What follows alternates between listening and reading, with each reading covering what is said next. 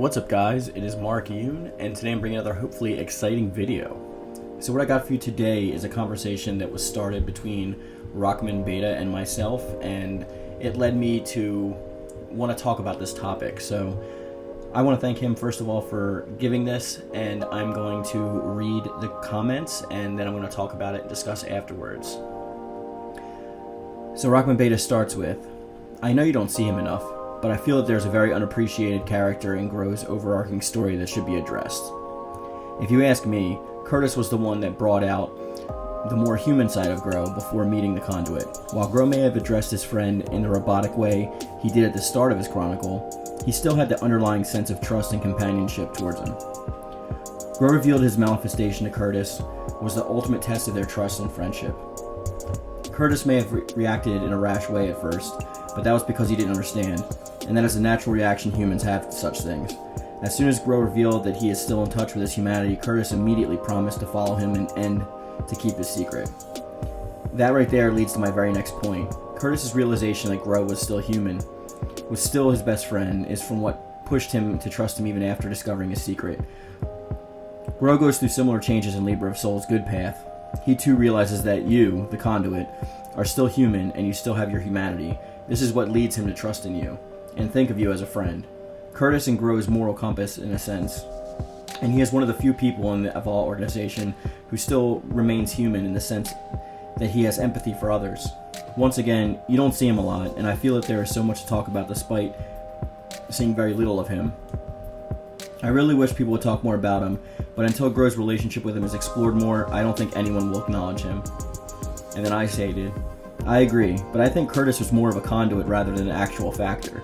I like him, but I think it's more about Gro seeking about a reason to express himself, rather than have it inadvertently drawn out of him.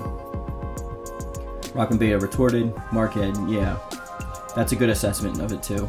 Also, let me acknowledge and appreciate the actual depth of analysis you give Gro's character. I am really happy to see someone who actually appreciates him and his development.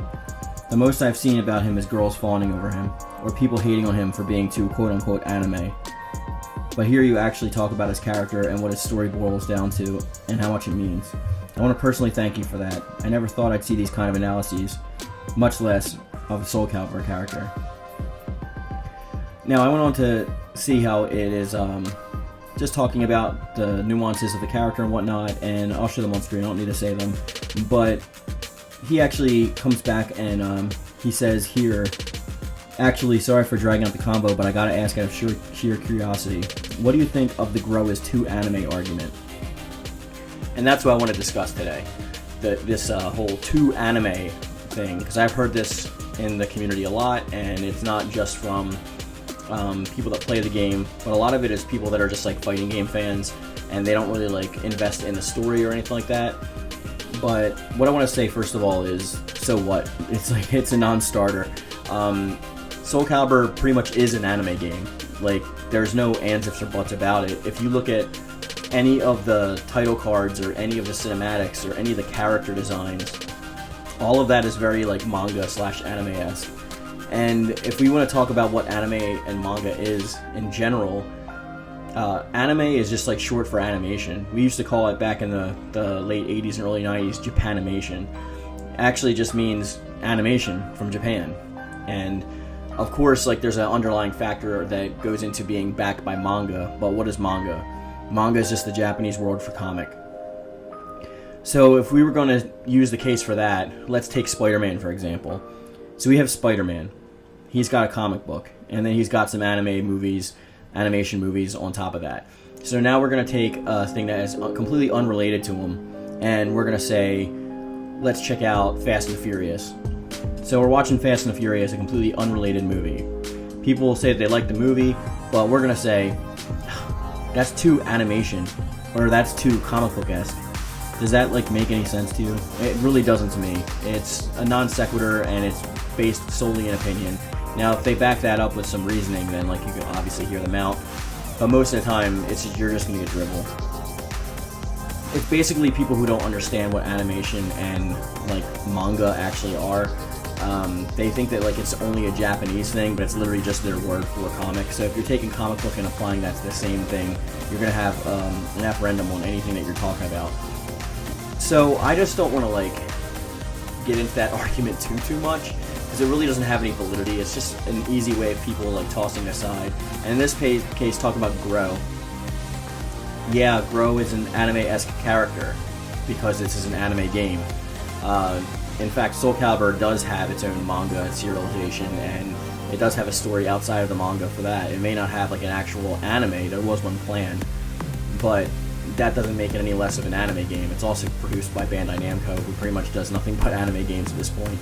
So the whole point that that's actually an argument that's worthy of talking about, I mean, I don't want to shoot anybody down, but that's exactly what they're trying to do when they say something's too anime-esque. I wouldn't watch a Batman TV show and be like, oh, this is too anime. It doesn't make any sense. Like, of course it's a comic, of course it's an adaptation of a comic and from a comic. Like, that's what it is, and that's what expected of it.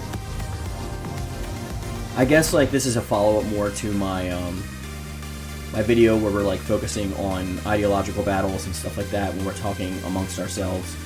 And this is one of those ones that's literally just there to belittle you. It's saying not that Grow isn't a cool character, because he is. It's saying, oh, I don't like Grow because he's too anime, meaning it's for little kids, or it looks like a ridiculous cartoon, or what is this, Dragon Ball Z? Now he's transforming into Super Saiyan Rose all of a sudden. It's just to dismiss your entire argument. The basis of it is that you can actually like whatever you want to like. It's not anybody's business what you like, and it has nothing to do with what they like. So if somebody is going to talk to you about how they think Grow is a trash character because he's quote-unquote too anime, then maybe you can ask what their favorite thing is and dismiss it just as easily with any other kind of non sequitur that doesn't start anywhere. Maybe they like the NBA, then tell them, you know what, I would watch the NBA, but that's too much like Fast and the Furious. It's too movie-like. It doesn't make any sense. The argument doesn't hold any water or validity whatsoever. Like I said, they're allowed to like what they want to like, and you're allowed to like what you want to like. And you shouldn't really bring it up or judge your characters based on what other people's opinions of them are anyway. It's just pretty much like what feels like right to you and what hits home. There's a lot of things like that that I have. I grew up in an age when anime wasn't really as embraced as it is today. Pretty much we only had like older stuff back then, like Voltron, or of course Dragon Ball was always around because that started in like 1986. The anime, the comic itself started in 1984. People would just make fun of when I watched Dragon Ball or Fist of North Star and called it like Sailor Moon crap. That's pretty much what it was called when I was in high school. And there was like, I was in a school of like 5,000 kids, and there was like 2 or 3 people that actually openly talked about anime. And here we are in 2020 where they're trying to use that same argument that something that you like should be belittled because it's anime. There's also a xenophobic aspect to it, being as like, oh well, they'll be all for Spawn or Superman or Spider-Man if it's an American comic, but as soon as it comes from another country that's outside of them, like Japan, well, now it's coming from those Japanese people, and now it's automatically repulsive to them and they don't like it. It's kind of got like a little bit of like hypocrisy underneath of it. We're not even going to talk about like the xenophobia and racism that underlay that, but those opinions are just based in ignorance, and it's not even like really a rejection of something that you like, nor a rejection of what they like. They may in turn actually go home and like it, but it's more of what they think is the popular thing to say about it. And a lot of things now we have are the antithetical to that. It's what's popular needs to be shut down because people are hipsters nowadays and they want to think that what they like is underground and cool and rad, and what you like is mainstream. I've come into contact with that a lot being a Dragon Ball fan. I've talked about Dragon Ball a lot, and people are like, oh well, you watch Dragon Ball, that's so shonen, that's so mainstream. Have you ever seen this insert weird like 12 episode diatribe that never even got syndication like outside of its own country? And they think that they're superior to you. It's the same argument that anybody that has a superior quote-unquote argument will try and levy over you. If they think that they're correct, there's no chance that you can be correct to them, so they're just going to shut you down immediately. We see this in all aspects of life all the time. When you're younger and you try to tell something to an adult, the first thing they're going to tell you is they're not even going to listen, even if you're correct, and they're just going to say, well, you're just a kid, what do you know? It's the same kind of an argument that's applied to these. It's not even just the two anime argument I've seen for Soul Calibur. I've seen stuff like, oh, well, Tekken makes more money, or Mortal Kombat sells more copies. That's a garbage trash heap argument, because there's first of all, each of them should be individualized for what they actually are and the things that they actually do and accomplish. Soul Calibur is my favorite for one very, very, very main reason, and then very similar meanings underneath of that. The main reason is, to me, it's got the most fluid battle mechanics. It's got speed, it's got rotation. Like, obviously we have in Soul Calibur the 360-degree angle movement, the 8-way run as it's called. So you can run in a complete circle around your opponent, and it still does not make it an arena fighter. It's very fast and very fluid, and you can combo string things together like crazy. It's completely different from something like Fighters or similar Arcee's works, or something like Mortal Kombat, which is very input heavy driven. There's not a lot of freeform in that.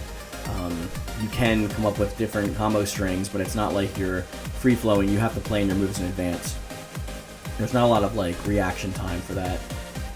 Tekken similarly, and of course these companies can throw money at these games, and it's the same arguments. It's so you like Soul Calibur because you like Soul Calibur. If it's too anime, then maybe that makes it cooler for some people. Maybe it makes it worse. It doesn't matter. It's only about what you like. I'm just tired of seeing these arguments being floated around the rest of the community. Don't take this, my opinion, as something that you guys should believe. I want you to push for what you believe 100% just for your own. And I think that's all that really needs to be said about that. I just wanted to get that out there, and thank you, Rockman Beta, for that conversation. I really enjoyed it, and I like seeing these conversations in the description box. I mean, not the description box, in the comment section. So we're going to leave that there. So let's see more of this. Tell me your thoughts in the comment section down below. I'm really interested to hear your perspective and where you come from. Do you think there's any of those arguments that are valid, or do you have any arguments against Soul Calibur yourself that you think are valid? Maybe some that others shut down too frequently. Maybe even I shut them down too frequently. I know some people get discouraged or get annoyed when I mention the budget a lot of the time. Like it's not supposed to be an excuse because there's these indie developers that make games that they consider better for less money or less of a budget.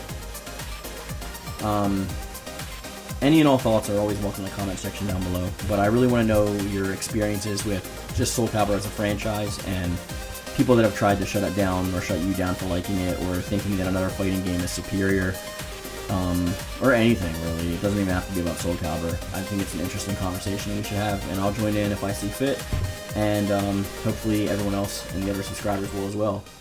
Thank you guys for watching. You guys are the Yoon fam. You guys are awesome. Subscribe and do all that stuff. And as always, thank you. And thank you.